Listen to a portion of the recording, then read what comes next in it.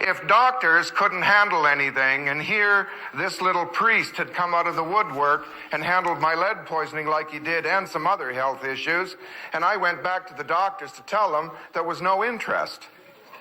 They weren't interested. That floored me. So I said to them, what else are you not telling us?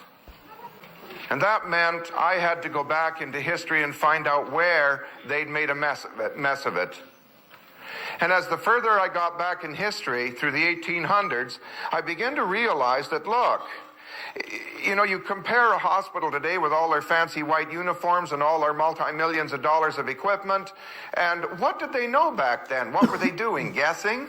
I started finding books that were published by doctors through the 1800s, books that they read and books that they learned from. And lo and behold, out of every single book were deworming programs, parasite programs. Our doctors in those days did autopsies, and they found parasites. And I looked at that and I got a hold of doctors and they said, no, we don't have parasites today. So we started to search for parasite programs just to see what was going on, to see if maybe something was happening that we really didn't understand. So I did myself first. And lo and behold, I got 8 and 10-inch critters out of me. They were white. First of all, they were in the toilet water and they were all bunched up. I thought it was mucus. Until, just for a curiosity, I threw some hot water in the toilet to warm it up and then went, and gosh, they strung out and they were swimming all over. We're now doing pictures in color out of clinics where you go potty on a special pot with a screen in it and they take pictures of the parasites they get out of you on these different deworming programs. A woman got 18-inch long critters out of her that were so thick she couldn't get them into a top of a juice bottle. They're usually translucent, they're usually white, and there's some of them that look like tarantula spiders, some of them look like grasshoppers, some of them look like little tiny miniature sailboats, some of them look like little spacecraft.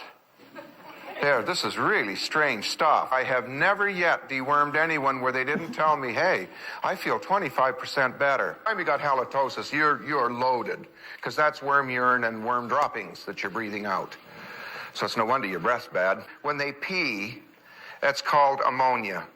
So just go to a doctor, have a blood test, and see what level of ammonia is in your blood. If you have ammonia in your blood, that's called worm urine. You get a headache. You got the headache because the worms are all peeing, trying to get you to eat something else. They're trying to make you sick so you'll get off of what you're doing and start eating. So you take some arginine and orthodine, in a matter of 20 minutes, if the headache's gone, you've neutralized the worm urine and you know that you're loaded. All children that have little tiny pimples on the backs of their arms or little tiny pimples here on the edges of their cheeks have 5 varieties of critters in them. 5 varieties. It's time to deworm and it's time to get them out.